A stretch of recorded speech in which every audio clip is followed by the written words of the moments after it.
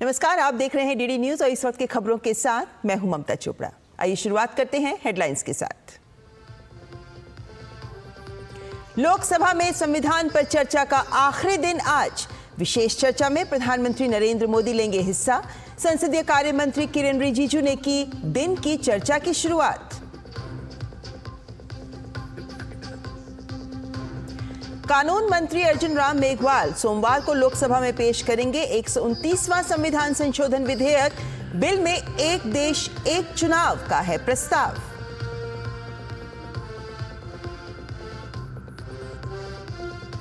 उपराष्ट्रपति भारतीय डाक एवं दूरसंचार लेखा वित्त सेवा के 50वें स्थापना दिवस कार्यक्रम में हुए शामिल। कहा, लोकतंत्र सिर्फ व्यवस्थाओं पर नहीं, बुनियादी मूल्यों पर है पनपता। गृह मंत्री अमित शाह छत्तीसगढ़ के दौरे पर। जगदलपुर में नक्सल प्रभावित क्षेत्र का दौरा और सुरक्षा शांति से संबंधित कार्यक्रमों में होंगे शामिल।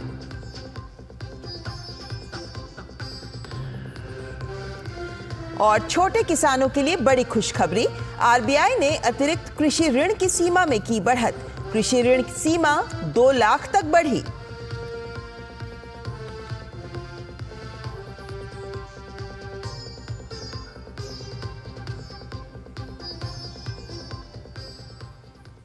और खबरों में आगे बढ़ने से पहले इस वक्त की बड़ी खबर आपके सामने रखना चाहेंगे और ये खबर आ रही है संभल से। संभल में 40 साल से भगवान शिव का एक मंदिर बंद पड़ा था और 40 साल बाद आज संभल के डीएम और एसपी ने ये शिव मंदिर खुलवाया है। दरअसल डीएम और एसपी की रेड के बाद मंदिर यहां पर है, इस बात का खुलासा हुआ, ये तथ्य सामने आया और अवैध अतिक्रमण और बिजली चोरी के खिलाफ अफसर रेड कर रहे थे और इस दौरान ये बात सामने आई कि यहाँ एक शिव मंदिर भी मौजूद है जिसकी सफाई भी की गई है। यहाँ हनुमान जी की मूर्ति भी है, यहाँ शिवलिंग भी है, लेकिन पिछले 46 वर्षों से ये मंदिर बंद था।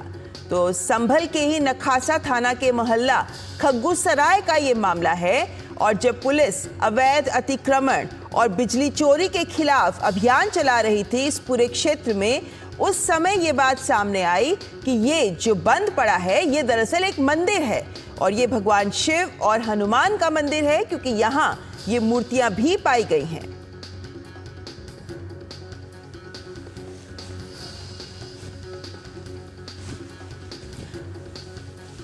तो संभल जो पिछले कुछ समय से खबरों में बना रहा, लेकिन आज ये खबरों में एक बार पुनः आ गया है क्योंकि यहाँ पाया गया है एक शिव मंदिर और ये शिव मंदिर पिछले 46 वर्षों से यानी 4.5 दशक से ये मंदिर बंद था और इस मंदिर के बंद होने के पीछे की भी क्या कहानी है वो भी जानेंगे। हमारे संवाददाता विकास सिंह इस वक्त हमारे साथ जुड़ गए हैं। विकास, 40 साल से बंद है ये मंदिर।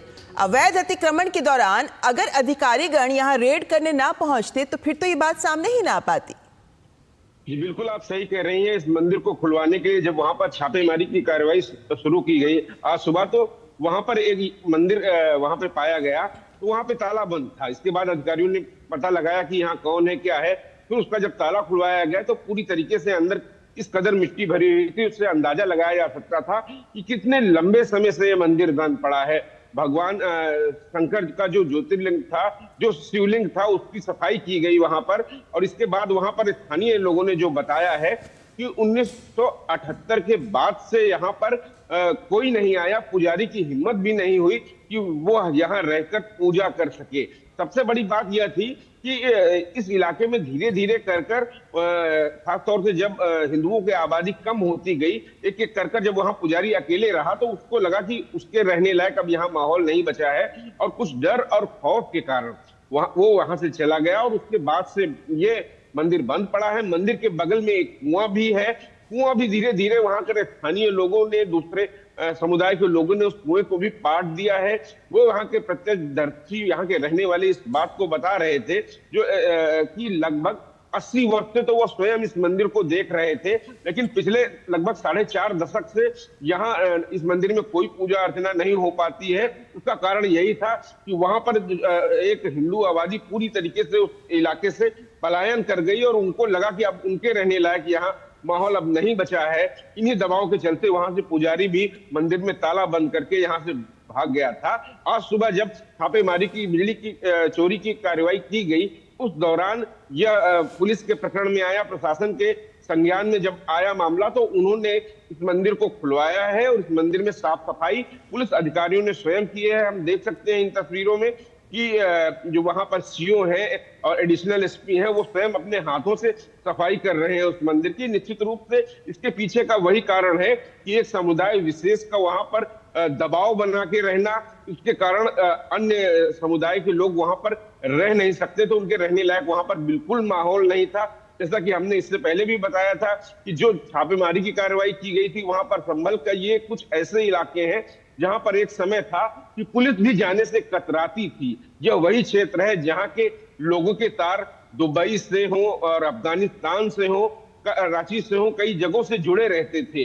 तो अब पुलिस की कार्रवाई हो रही है। पुलिस कार्रवाई में इस कदर तमाम सारी चीजें, नए नए खुलासे आ रहे हैं। यहाँ पर जब बवाल हुआ था 24 तारीख को, उसके बाद से जब वहां पर फॉरेंसिक टीम पहुंची थी, तो यहाँ पर पाकिस्तानी कारतूस और अमेरिकी कारतूस की भी बरामदगी की गई थी। तो धीरे धीरे जिस कदर पुलिस वहां पहुंच रही है, नई नई चीजें मिल रही हैं, बिल्कुल चौंकाने वाली चीजें मिल रही हैं कि किस कदर 46 साल से यह मंदिर बंद पड़ा था अपने आप में। और जो बात कही जाती थी पिछली सरकारों में, वह साफ नजर आती है कि जो आरोप लगाए जाते थे कि समुदाय विशेष पर दबाव बनाकर उसको रहने लायक वहां पर माहौल न रखा जाए, खुद ब खुद वो लोग वो इलाका छोड़कर चले जाएं, कुछ ऐसा ही यहाँ पर देखने को मिल रहा है। सामने विकास, ऐसे में तो ये भी सवाल जी, ये भी सवाल उठना स्वाभाविक ही है कि अगर इस क्षेत्र से हिंदुओं को जाना पड़ा तो बहुत सारी ऐसी बातें भी सामने आ सकती हैं जो प्रशासनिक अमले पर भी, जो पूर्व सरकारों के दौरान रहा, उन पर भी सवालिया निशान खड़े करता है। देखिए, ये सब बातें जग जाहिर है। किस तरीके से वहां पर, जिस बात का मैंने जिक्र किया कि वो एक खास इलाका था जहां पर पुलिस भी कार्रवाई करने से कतराती थी, क्योंकि वो जानते थे कि वो सत्ता में बैठे लोगों के करीबी हैं, वो उनका वोट बैंक माने जाते थे, उन पर कोई कार्रवाई नहीं होती थी। उत्तर प्रदेश में ऐसा कई बार देखा गया पूर्व की सरकारों में। लेकिन अब जब कोई घटना होती है, उस घटना के मद्देनजर जब कार्रवाई की जाती है, तो तमाम सारी चीजें निकलकर सामने आ रही हैं। यही पुलिस थी जो तकरीबन एक दशक पहले वहां पर जाने से कतराती थी। अब वही पुलिस वहां पर कार्रवाई कर रही है, वही प्रशासन वहां पे कार्रवाई कर रहा है। वहां पर एक ऐसा घर पाया गया जहां से एक ही जगह से 100 घरों को बिजली सप्लाई हो रही थी। कितनी बिजली चोरी हो रही थी, इस बात का अंदाजा लगाया जा सकता था कि किस तरीके से यहाँ के लोग दबंग इरादे के रखते हैं, बिजली चोरी करते हैं, वहां पर चोरी की बिजली चलाते हैं। तो अब प्रशासन ने कहा है, जिलाधिकारी ने कहा है कि इसका एस्टीमेट बनाकर वसूली की जाएगी उन लोगों से, उन लोगों के खिलाफ FIR लॉन्च की जाएगी। तो इस कदर वहां के लोगों के इरादे हम देख सकते हैं कि बिजली चोरी खुलेआम वहां पर होती है। वहां पर गैर अवैध हथियार रखे जाते हैं। तो ये सब चीजों पर पुलिस अपनी कार्रवाई धीरे धीरे आगे जैसे जैसे बढ़ा रही है, तैसे तैसे नए नए मामले सामने आ रहे हैं। उन्हीं में ये मंदिर साफ गवाही दे रहा है। इसकी तस्वीरें खुद ब खुद इस पे सबूत है कि किस कदर वहां पर लगभग 4.5 दशक से यह मंदिर बंद पड़ा था, किन परिस्थितियों में बंद पड़ा था, यह अंदाजा लगाया जा सकता है। जी विकास, आपने जैसे बताया कि ये अवैध अतिक्रमण और बिजली चोरी, इसके खिलाफ प्रशासनिक अमला जब जांच करने के लिए पहुंचा, तब ये तथ्य सामने आया कि यहाँ शिव मंदिर था, जो ये भी दिखाता है कि हर गांव गली मोहल्ले तक प्रशासन पहुंच रहा है ये देखने के लिए कि ना तो अतिक्रमण किया जाए और ना ही बिजली की चोरी हो। लेकिन अवैध अतिक्रमण की बात अगर मैं आगे बढ़ाना चाहूं तो इस मंदिर का भी क्या कोई ऐसा क्षेत्र है जिस पर अवैध अतिक्रमण की कोई खबर इस वक्त दिख रही है? देखिए, इस मंदिर की बात, जिस बात का मैंने जिक्र किया कि इसके बगल में एक कुआं है, और आमतौर पे हमारे धार्मिक मान्यताओं में जहाँ मंदिर होता है वहां कुएं की स्थापना होती ही रहती थी, ये निश्चित रहता था। तो इसके बगल में भी एक कुआं है जिसको धीरे धीरे करके दूसरे समुदाय के लोगों ने उससे पाट दिया है। अब इसकी आगे की कार्रवाई की जाएगी। पुलिस किस तरीके से उस कुएं की सफाई करवाती है, प्रशासन कैसे करवाता है। फिलहाल अब मंदिर की साफ सफाई उच्च अधिकारियों ने की है, और इस मामले में आगे क्या कुछ एक्शन लेगी। फिलहाल तो सबसे बड़ी बात है कि ये मंदिर का ताला 46 साल बाद खुल गया है। लोगों को इस बात की जानकारी जो मिली है, तो स्थानीय लोग जो संभल के नागरिक हैं, जो यहाँ से जा चुके हैं, अन्य लोगों को एक तसल्ली मिली है कि अब पुलिस प्रशासन कार्रवाई कर रहा है उस क्षेत्र में जहां पर पुलिस जाने से कतराती थी। ऐसे में विकास, चूंकि इस मंदिर में पुजारी पूजा 40 साल पहले तक करते रहे थे, तो और मंदिर की जिम्मेदारी पुजारी या उनके परिवार वालों के ऊपर ही रहती रही है, तो ऐसे में क्या पुजारी या उनके परिवार के लोग भी वहां उपस्थित हैं? बिल्कुल, उन लोगों से जब वहां पर मंदिर देखा गया तो प्रशासन ने पता लगाया कि इस मंदिर का क्या कुछ इतिहास रहा है, क्यों ये बंद पड़ा है। तब वहां पर जब स्थानीय लोगों को से पूछा गया, कुछ लोगों से, तब उन्होंने इस बात का जिक्र किया कि वहां पर पहले मिलीजुली आबादी रहा करती थी, लेकिन धीरे धीरे कर वहां का माहौल ऐसा नहीं रहा और एक एक कर वहां पर लोग अपना घर छोड़कर, घर बेचकर, सामान बेचकर वहां से निकल गए। और इसके बाद जब अकेला वहां पुजारी बचा तो पूजा करने की हिम्मत, जिस इलाके पे आप समझ सकते हैं वहां पर हिंदू आबादी का एक भी घर ना बचा हो, वहां पर पूजा करना उसको उचित नहीं लगा, उसने वो माहौल उचित नहीं समझा पुजारी ने, तो पुजारी भी उस इलाके से चले गए, वो भी अब बाहर रहने लगे। जी जी, बहुत बहुत शुक्रिया विकास इस तमाम जानकारी को हमारे साथ साझा करने के लिए। तो इस वक्त संभल से आ रही है एक खबर जहां पर डीएम और एसपी ने एक 40 साल पहले से बंद पड़ा एक मंदिर खुलवाया है, जहां भगवान शिव का शिवलिंग भी है और भगवान हनुमान की मूर्ति भी यहां पाई गई है, लेकिन 40 वर्षों से ये मंदिर बंद था। और रुक कर लेते हैं अन्य खबरों का। लोकसभा में इस वक्त भारतीय संविधान के 75 वर्षों की गौरवशाली यात्रा पर चर्चा हो रही है। आज चर्चा का दूसरा और अंतिम दिन है और आज इस चर्चा में प्रधानमंत्री नरेंद्र मोदी भी हिस्सा लेंगे। संविधान पर विशेष चर्चा के लिए ही आज शनिवार को भी विशेष सत्र का आयोजन किया गया। आज की चर्चा की शुरुआत केंद्रीय मंत्री किरेन रिजिजू ने की। उन्होंने अपने वक्तव्य में कहा कि हमारे देश का संविधान दुनिया का सबसे सुंदर संविधान है। हमारा देश का संविधान दुनिया का सबसे बड़ा संविधान ही नहीं, दुनिया का सबसे खूबसूरत संविधान भी है। मैंने बीते सालों में दुनिया का कई संविधानों का भी मैंने परखने का कोशिश किया है। जो माइनॉरिटी कमीशन यहाँ बनाया गया है उसका नाम है national commission of minorities act. मैंने चेक किया है, किसी दूसरे राष्ट्र में ऐसा कमीशन अलग से नहीं बनाया गया है। हमारे देश में जितना माइनॉरिटी कम्युनिटीज है, चाहे वो मुस्लिम हो, सिख हो, ईसाई हो, बौद्ध हो, पारसी हो, जैन हो, सबके लिए लीगल प्रोटेक्शन ही नहीं, उसके लिए एफर्मेटिव एक्शंस का जो प्रावधान है वो भी दूसरे देशों का तुलना में कई अधिक प्रावधान हमारे देश में रखा गया है। और साथ ही केंद्रीय मंत्री ने कहा कि संविधान की आत्मा को इस सरकार ने देश के सामने रखा है। यही सरकार है जो सबका साथ, सबका विकास और सबका विश्वास के उद्देश्य के साथ चल रही है। कॉन्स्टिट्यूशन स्पिरिट, जिस स्पिरिट से हम आज तक 75 वर्ष पूरा हो गए हैं, उसमें लिखा हुआ जो शब्द होते हैं, उसके अलावा संविधान का जो स्पिरिट है उसको भी हमने कैसे मानते हुए आगे चलने का काम किया है। मैं फक्र महसूस करता हूं, प्रधानमंत्री मोदी जी का जब कार्यकाल शुरू हुआ, उसने संविधान को उसी स्पिरिट को मानते हुए अपना सरकार का मंत्र को इस देश का सामने में रखा, और वो मंत्र है सबका साथ, सबका विकास, सबका विश्वास और सबका प्रयास। सत्ता पक्ष की ओर से कल रक्षा मंत्री राजनाथ सिंह ने चर्चा की शुरुआत की थी, जिसके बाद सत्ता पक्ष और विपक्ष के कई सांसदों ने इस मुद्दे पर अपनी बात रखी। लोकसभा के बाद 16 और 17 तारीख को राज्यसभा में भी संविधान पर चर्चा का दिन तय है। लोकसभा की सोमवार की कार्यसूची में संविधान के 129वें संशोधन विधेयक 2024 को पेश होने के लिए सूचीबद्ध किया गया है। ये विधेयक लोकसभा और विधानसभा चुनाव एक साथ कराने का प्रस्ताव करता है। इस विधेयक के माध्यम से साल 2034 के बाद एक साथ चुनाव कराने का प्रस्ताव किया गया है। इसके लिए एक अधिसूचना नियत तिथि निर्धारित करेगी। इसके लिए 2 सितंबर 2023 को भारत के पूर्व राष्ट्रपति रामनाथ कोविंद की अध्यक्षता में एक उच्च स्तरीय समिति गठित की गई थी और इस समिति ने 14 मार्च 2024 को राष्ट्रपति को अपनी सिफारिशें प्रस्तुत की थीं।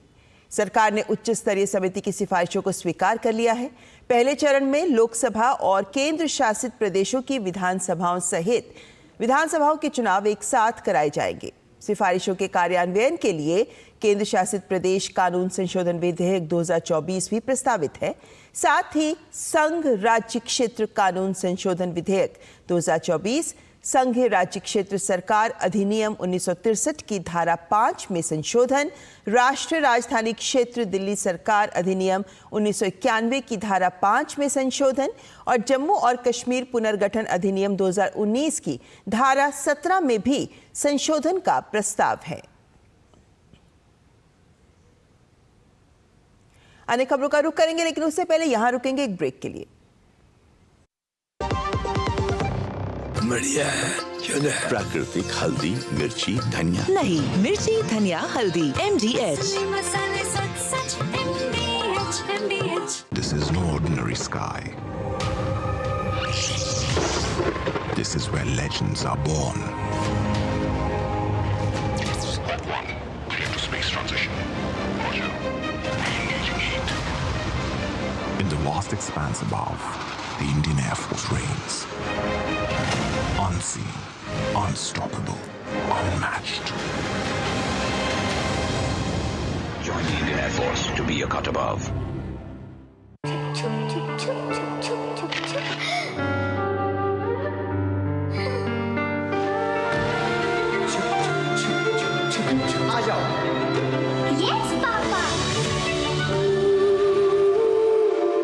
जिंदगी किसी के लिए नहीं रुकती,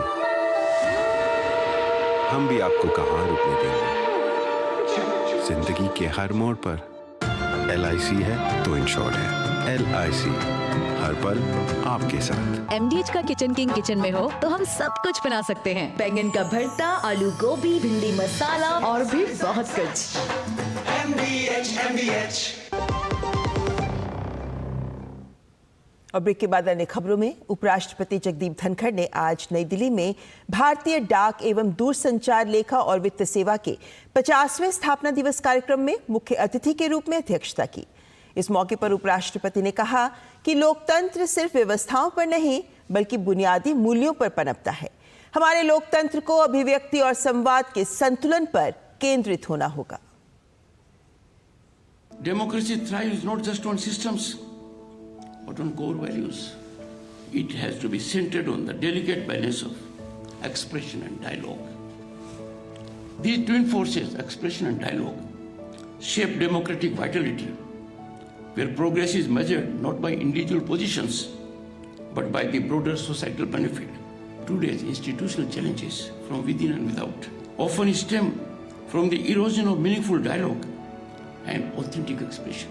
अभिव्यक्ति का उद्गार और सार्थक संवाद दोनों ही प्रजातंत्र के अमूल्य आभूषण।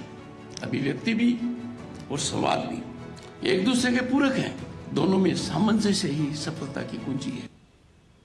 और केंद्रीय मंत्री ज्योतिरादित्य सिंधिया भी भारतीय डाक एवं दूरसंचार लेखा और वित्त सेवा के 50वें स्थापना दिवस कार्यक्रम में शामिल हुए। उन्होंने बताया कि सरकारी पहल के कारण कम्युनिकेशन मिनिस्ट्री के 5 लाख से अधिक लोगों को समय पर पेंशन मिल रही है। We have over 5 lakh pensioners in our communications family, from BSNL to MTNL to the Department of Telecom, and all of these pensioners today through the Samman platform receive their pension on time and the right amount thanks to our families sitting before us. और बात तिरुमाला लड्डू विवाद की। आंध्र प्रदेश के तिरुपति में भगवान श्री वेंकटेश्वर मंदिर में शनिवार को सुबह विशेष जांच दल की 6 सदस्यीय टीम ने मंदिर की रसोई का निरीक्षण किया।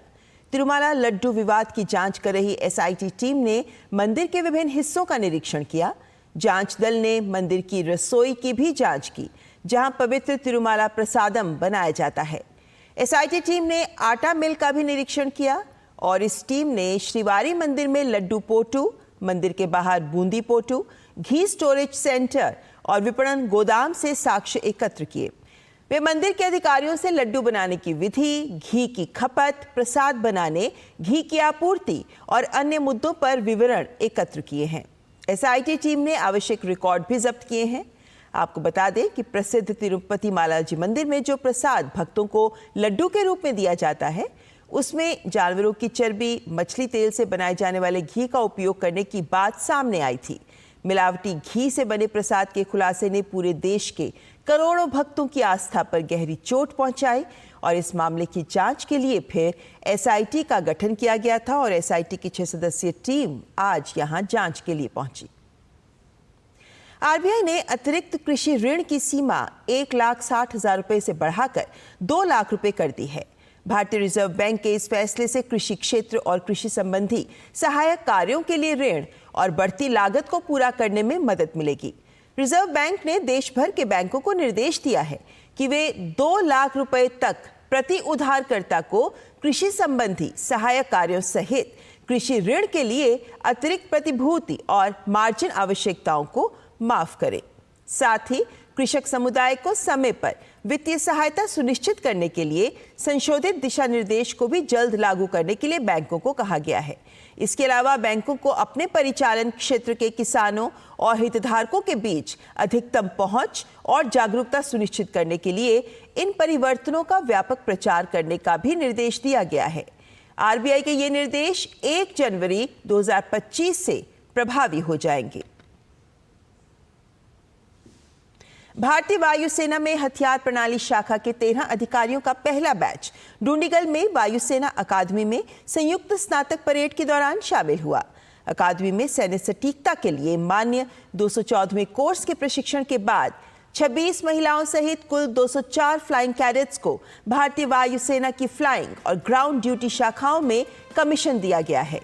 परेड के दौरान भारतीय नौसेना और भारतीय तटरक्षक बल से 9 अधिकारी प्रशिक्षु और मित्र देश वियतनाम से 1 अधिकारी भी पास आउट हुए, जिनकी समीक्षा वायुसेना प्रमुख air chief marshal AP Singh ने की। समारोह के दौरान समीक्षा अधिकारी air chief marshal AP Singh ने स्नातक प्रशिक्षुओं को राष्ट्रपति कमीशन प्रदान किया। इस कार्यक्रम में फ्लाइट कैडेट्स के साथ ही भारतीय नौसेना और भारतीय तटरक्षक बल के अधिकारियों को एक मित्र विदेशी देश के अधिकारी को उनके प्रशिक्षण के सफल समापन पर विंग्स और ब्रेवेट्स प्रदान किए गए। वायुसेना प्रमुख air chief marshal AP Singh ने कैडेट्स को संबोधित करते हुए कहा कि राष्ट्र सेवा और लोगों की सेवा उनका प्रथम कर्तव्य है।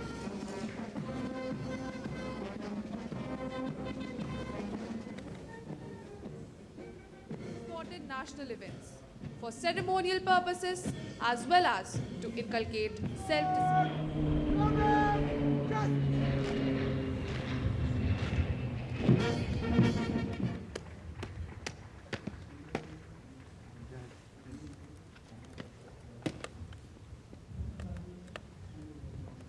Ready, sir?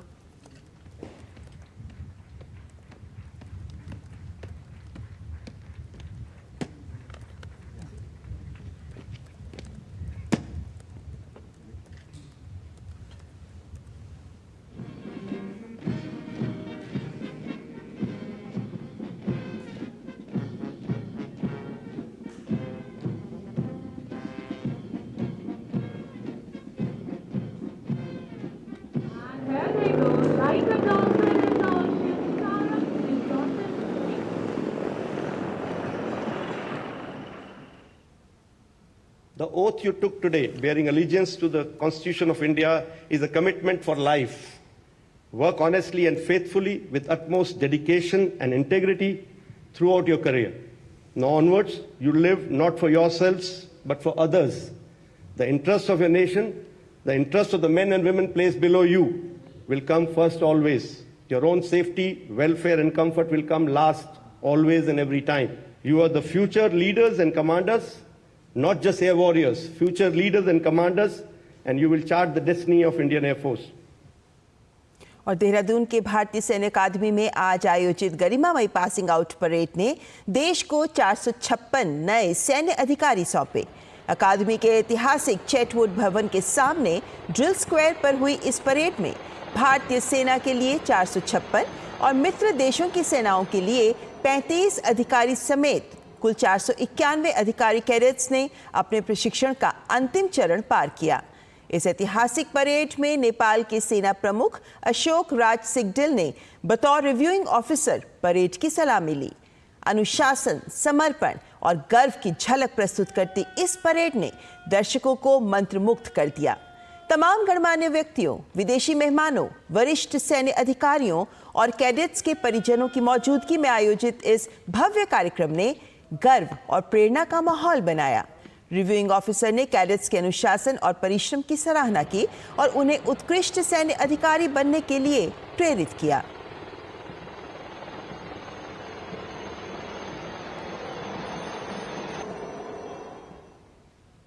गृह मंत्री अमित शाह आज से 3 दिन के छत्तीसगढ़ के दौरे पर रहेंगे। इस दौरान वे नक्सल प्रभावित क्षेत्र का दौरा करेंगे और नक्सल विरोधी अभियान को गति भी देंगे। अपने छत्तीसगढ़ प्रवास के दौरान अमित शाह रविवार को रायपुर के पुलिस परेड ग्राउंड में पुलिस को प्रेसिडेंट कलर प्रदान कर उनका मनोबल बढ़ाएंगे। इसके बाद जगदलपुर में सर्किट हाउस में नक्सल पीड़ितों से मुलाकात करेंगे। साथ ही हथियार छोड़ मुख्य धारा में शामिल हुए लोगों से भी मिलेंगे। इसके अलावा अमित शाह सोमवार को बस्तर ओलंपिक्स के समापन समारोह में खिलाड़ियों से संवाद कर उनका उत्साहवर्धन भी करेंगे। वहीं जगदलपुर में नक्सल अभियानों में वीर गति प्राप्त जवानों को श्रद्धांजलि देकर वे उनके परिजनों से मुलाकात करेंगे। साथ ही हिंसा में जान गंवाने वाले लोगों के परिवारों के साथ भी गृह मंत्री मुलाकात करेंगे। जगदलपुर में सुरक्षा कैंप का दौरा और गांव में विकास कार्यों का निरीक्षण भी गृह मंत्री के द्वारा किया जाएगा।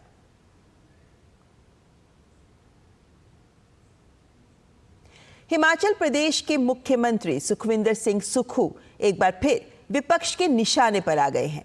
इस बार मुख्यमंत्री सुक्खू के लिए जंगली मुर्गा मुसीबत बन गया है।